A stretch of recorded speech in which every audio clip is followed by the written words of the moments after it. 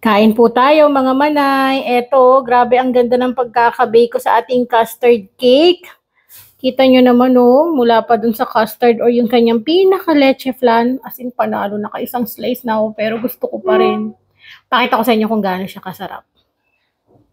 Gaano kasarap? Matitikman ba nila yun? Solid. Yung kanyang pinaka-leche flan o yung custard niya, the best. Panalo.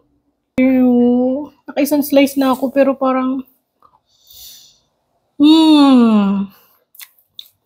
sarap. Lalo na masarap siya kapag nasa chiller. Tapos tumatagal siya ng mga 2 to 3 days. Ay, the best. Tingnan o, kain na kayo.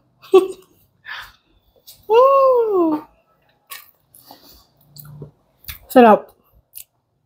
I-share ko sa inyo yung recipe na ito. Huwag kayong mag-alala.